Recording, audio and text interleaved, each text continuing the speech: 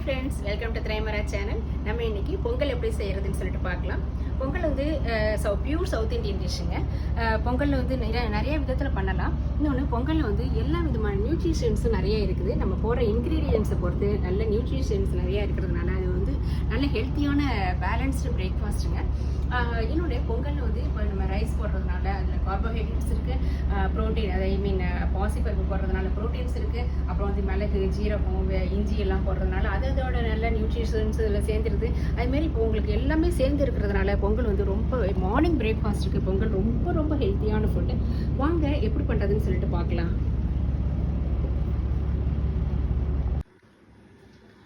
Hi friends, welcome to Thiraimara channel. இன்றைக்கி நம்ம பொங்கல் பண்ண போகிறோம். பொங்கல் எப்படி பண்ணுறதுன்னு சொல்லிட்டு பார்க்கலாம். பொங்கல் எல்லாருக்குமே எப்படி பண்ணுறதுங்கிறது தெரியும். ஒவ்வொருத்தவங்க ஒவ்வொரு மெத்தடில் பண்ணுவீங்க. இன்றைக்கி நான் என்னோட மெத்தட் நான் எப்படி பண்ணுறேன் அப்படிங்கிறத நான் உங்களுக்கு ஷேர் பண்ணுறேன். இன்றைக்கி நான் இந்த டம்ளரால் 1.5 டம்ளருக்கு நான் வந்து பச்சரிசி எடுத்துருக்கிறேன். இதே டம்ளரில் ஒரு 1/2 டம்ளருக்கு பாசிப்பருப்பு எடுத்துகிட்ருக்கேன். இது என்னென்னா, நம்ம இப்போ வந்து அமாவாசை இல்லைன்னா விரத நாள்லாம் வந்து நைட்டில் டிஃபன் பண்ணுறோம் அப்படின்னு சொன்னாக்க, நார்மலாக பொங்கல் பண்ணுறது அப்படின்னு சொன்னாக்க அரிசி பருப்பெல்லாம் வறுக்கணும்னு அவசியம் கிடையாது. இதுவே இந்தமாரி விரத நாள் அமாவாசை இதுக்கெல்லாம் வந்து பொங்கல் பண்ணுறது அப்படின்னு சொன்னாக்க நம்ம அரிசியும் பருப்பையும் வறுத்துட்டு பண்ணினோம்னாக்க அது வந்து ஒரு டிஃபன் மாதிரி ஆகிடும். அதை நைட்டுக்கு நம்ம சாப்பிட்டுக்கலாம். அதாவது இல்லை வறுக்காமல் பண்ணினோம்னாக்கா அதை வந்து அந்த பொங்கல் வந்து நைட்லாம் சாப்பிடக்கூடாது. இந்த மாதிரி விரதனால டிஃபனாக அது வந்து கணக்கில் சேராது. ஸோ இதை நாங்கள் வந்து ஃபாலோ பண்ணுறது அந்த மாதிரி. ஸோ அப்போ அதுக்காக நான் வந்து அரிசியும் பருப்பையும் வறுத்துக்கிறேன். லைட்டாக அப்படி வறுத்துக்கிட்டோம் அப்படின்னு சொன்னாக்கா, இல்லை கொஞ்சம் ஒரு நல்ல ஒரு சூடு வர வரைக்கும், ரொம்ப மொறுமொறுன்னு ஆற வரைக்கும் வரைக்கணும்னா ஒரு சூடு ஆற வரைக்கும் மாதிரி நம்ம வந்து பெரட்டிக்கணும். இப்படி பெரட்டிட்டு நம்ம பண்ணும்போது நம்ம அது டிஃபனாக கணக்கில் சேர்ந்துடும். பாருங்கள், இது கொஞ்சம் ஒரு ஹாஃப் இதுக்கு நம்ம வறுப்பட்ட மாதிரி ஆகிடுச்சு. கொஞ்சம் பிடிச்சா கையில் வந்து நல்லா சூடு வரும். அந்தளவுக்கு நம்ம இது வந்து வதங்கிடுச்சு.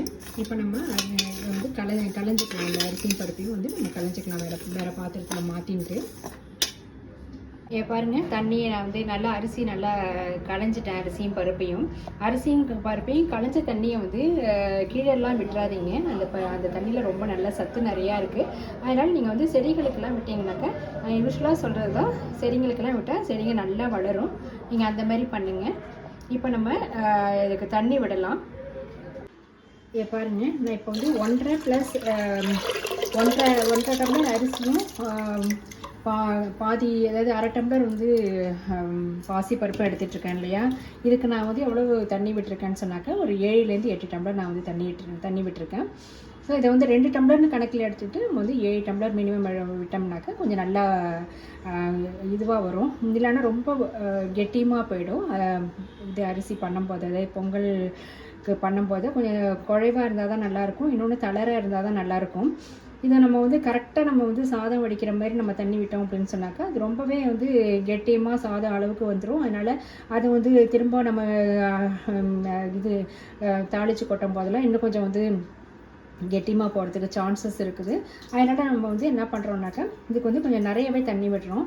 இப்போ நான் 1.5, அதாவது 2 டம்ளர் இருக்குனாக்கா 1.5 + 1/2, ஸோ 2 டம்ளர் அப்படின்னு சொன்னாக்கா நான் 7லேருந்து 8 டம்ளர் வரைக்கும் நான் தண்ணி விடுறேன். தண்ணி விட்டுட்டு இப்போ நான் ஸ்டவ்வில் ஏற்றி வந்து கொஞ்சம் சிம்மில் வச்சிடலாம். ரொம்ப வந்து ஃபுல் ஸ்பீடில் வைக்காமல் பர்னரை கொஞ்சம் சிம்மில் வச்சுக்கலாம். அப்போ தான் வந்து இந்த தண்ணி நம்ம விட்டுருக்கோம் இல்லையா, அது வந்து மேலே கொஞ்சம் வந்து தெளிக்காமல் கொஞ்சம் நல்லாயிருக்கும். கொஞ்சம் நல்லா கொதிக்க ஆரம்பித்து கொஞ்சம் வேக ஆரம்பித்ததுக்கப்புறம் நம்ம வந்து கொஞ்சம் ஃபாஸ்ட்டாக மீடியம் ஸ்பீடில் வச்சுட்டு நம்ம பண்ணலாம். அதேமாரி எடுத்த அடுப்பில் நீங்கள் வந்து குக்கரில் வந்து வெயிட் போட வேணாம். கொஞ்சம் அது வந்து ஸ்டீம் வெளியில் வர்ற சமயத்தில் நீங்கள் வந்து வெயிட் போட்டிங்கனாக்க தான் அது வந்து சீக்கிரமாக ஆகும். அதேமாரி ஏதாவது அடப்பு இருந்துச்சு, அந்த ஸ்டீம் வர்ற இடத்துல வந்து ஏதாவது அடப்பு இருந்துச்சுன்னா கூட அந்த ஸ்டீமோடு சேர்ந்து அது வெளியில் வந்துடும். வெளியில் வரும்போது அது வந்து உங்களுக்கு நல்லா இதுவாக இருக்கும். விசில் வர்ற சமயத்தில் உங்களுக்கு அடப்பு இல்லாமல் கரெக்டாக விசில் வரும். ஸோ அதனால் எப்பயுமே ஸ்டீம் வர்ற சமயத்தில் நீங்கள் வந்து வெயிட் போட்டிங்கனாக்க தான் உங்களுக்கு சரியாக வரும். அதுதான் நான் ஃபாலோ பண்ணிகிட்ருக்கிறது.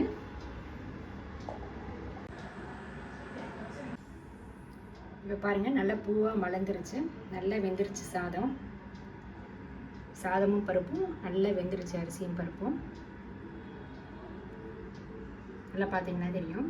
இப்போ வந்து நம்ம வந்து இது வந்து 2க்கு 8 தண்ணி வச்சுருக்குறோம், ரொம்ப நல்லா வெந்துருச்சு. இப்போ நம்ம அதில் தாளித்து போட்டதெல்லாம் வந்து நம்ம வந்து தாளித்து போட்டுடலாம். இந்த டயத்துலேயே சாதம் வெந்துட்டுருக்கிற டயத்துலேயே நான் வந்து தேங்காய் சட்னி அரைச்சி வச்சுட்டேன். இதுக்கும் சேர்த்து தாளித்து போட்டிடலாம். பாருங்க, என் கீழே வந்து ரெட் கலரில் என்ன எரியறதுன்னு பார்க்குறீங்களா? இதுதான் மேலே எரிஞ்சிட்ருக்கிற விளக்கோட பிம்பம் தான் தெரியுது இங்கே பாருங்கள். எங்கள் வீட்டு கிச்சன் விளக்கு. சரி, இப்போ இது காஞ்சிருச்சு. இதில் நெய் விட்டு நம்ம வந்து தாளித்து போட்டிடலாம். என்னென்ன தாளிக்கிறோம்னாக்கா இஞ்சி வச்சுருக்கிறேன், அப்புறம் வந்து மிளகு ஜீரகம் வச்சுருக்கிறேன், அதோடு சேர்த்து முந்திரி பருப்பு, அதுக்கப்புறம் கருவேப்பிலை, கொஞ்சோண்டு பெருங்காயம். சரி, ஒவ்வொன்றா தாளிச்சிடலாம். கொஞ்சம் கொஞ்சமாக நெய் விட்டு நான் ஒவ்வொன்றா தாளித்து போட போகிறேன். ஃபஸ்ட்டு எடுத்தோன்னே நம்ம வந்து ட்ரையான ஐட்டம்ஸ் எல்லாம் வந்து நம்ம தாளிச்சிடலாம். ட்ரையான ஐட்டம்ஸ் என்னென்னாக்கா, இப்போ நான் வந்து மிளகும் ஜீரகமும் வச்சுருக்கேன். மிளகு வந்து ஒரு 1/2 ஸ்பூன் மிளகும், ஒரு ஃபுல் ஸ்பூன் வந்து ஜீரகமும் வச்சுருக்கேன். ஜீரகம் நிறைய போடலாம், ஜீரகம் நிறைய 1/2 ஸ்பூன் கூட போடலாம். போட்டாக்கா அது ரொம்ப நல்ல டேஸ்ட்டாக இருக்கும். இப்போ பாருங்கள், ஃபஸ்ட்டு இதை போட்டுடுறேன். ட்ரை ஐட்டம்ஸ் எல்லாம் ஃபஸ்ட்டு நான் போடுறேன்.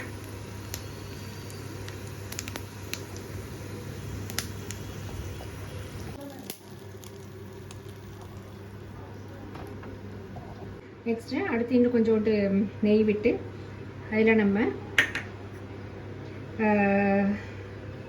இஞ்சி வந்து வதக்கிக்கலாம்.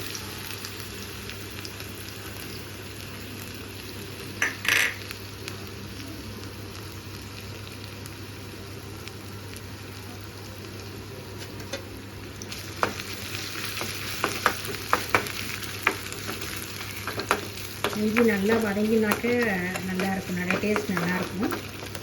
ஏன்னா நம்ம வந்து ஃபஸ்ட்டு நம்ம அது இது பண்ணும் போதே போடலை.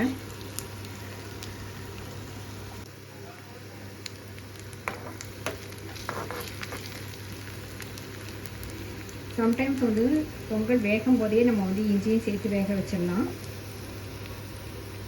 அப்படி இல்லைன்னா ஃபஸ்ட்டு பொங்கல் வேகும் போதே நம்ம இஞ்சியை போட்டு வேக வச்சிடலாம் சாதத்தோடையே. அப்படி இல்லை அப்படின்னு சொன்னால் நம்ம இந்த டயத்தில் வந்து நம்ம போடலாம். இந்த டயத்தில் அந்த போடும்போது நம்ம கொஞ்சம் நல்லாவே வதக்கிடுவோம் அப்படின்னு சொன்னாக்க இஞ்சியை உங்களுக்கு ரொம்ப நல்லாயிருக்கும். ஸோ இஞ்சி வதங்கிடுச்சு, இப்போ அதையும் போட்டுடலாம்.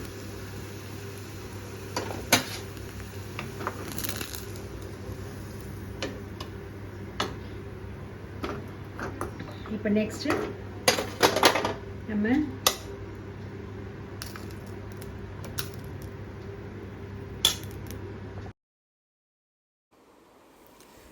நம்ம இப்போது முந்திரி பருப்பை வந்து தாளித்து போட்டுடலாம்.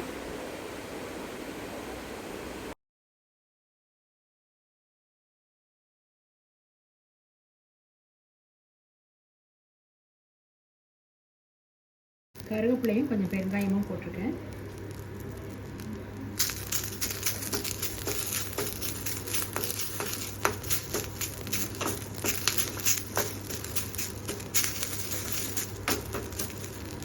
இதுக்கு வந்து நீங்கள் தனியாக எண்ணெய் நெய் விடணும்னு அவசியம் கிடையாது. இந்த சூடுலேயே அது வந்து வதங்கிடும்.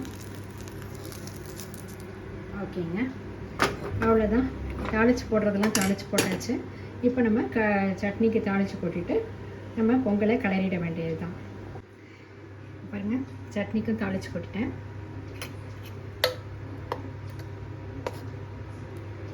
இப்போ என்ன பண்ணலாம், இதை தாளித்து கொட்டினது இல்லை பொங்கல், அதாவது சாதத்தில் தாளித்து கொட்டியிருக்கிறேன் இல்லையா, இதெல்லாம் கிளறி நல்லா கிளறி நெய் விட்டு ஒரு 2 ஸ்பூன் நெய் விட்டு நம்ம கிளறி கொடுத்துட்டோம்னாக்க பொங்கல் ரெடி ஆகிடும். இருங்க, நான் கிளறிட்டு உங்களுக்கு காமிக்கிறேன்.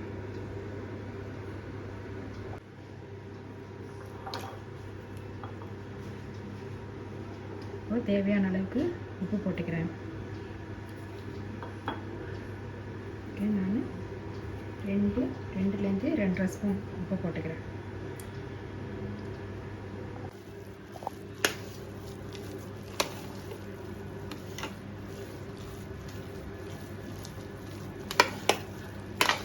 இதில் இப்போ எல்லாம் முடிச்சாச்சு. லாஸ்ட்டாக ஒன்று போட போகிறோம். அது என்ன அப்படின்னு கேட்டாக்க சேர்க்க போகிறது கொஞ்சோண்டு பால்.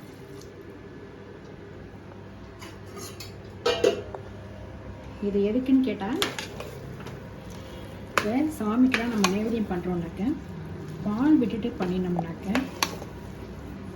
பொங்கல் அது வந்து ரொம்பவே நல்ல விஷயம். சாமிக்கு ரொம்ப நைவேத்தியத்துக்கு ரொம்ப உகந்தது பால் விட்டுட்டு பண்ணுறது. பாருங்கள், இதான் பொங்கல் ரெடி ஆகிடுச்சு.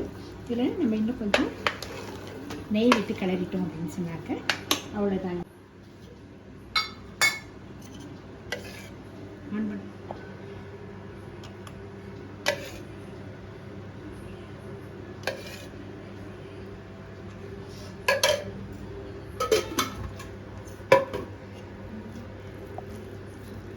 பாருங்க, நெய் விட்டோன்னு எவ்வளோ பலன்னு வந்துருக்குன்னு.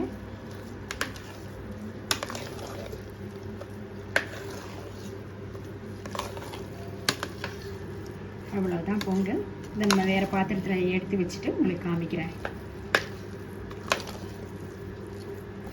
இந்த மெத்தடில் நீங்களும் செஞ்சு பார்த்துட்டு பொங்கல் எப்படி இருக்குன்னு சொல்லிட்டு கமெண்ட் செக்ஷனில் சொல்லுங்கள். தேங்க்யூ. தேங்க்ஸ் ஃபார் வாட்சிங். பாய்.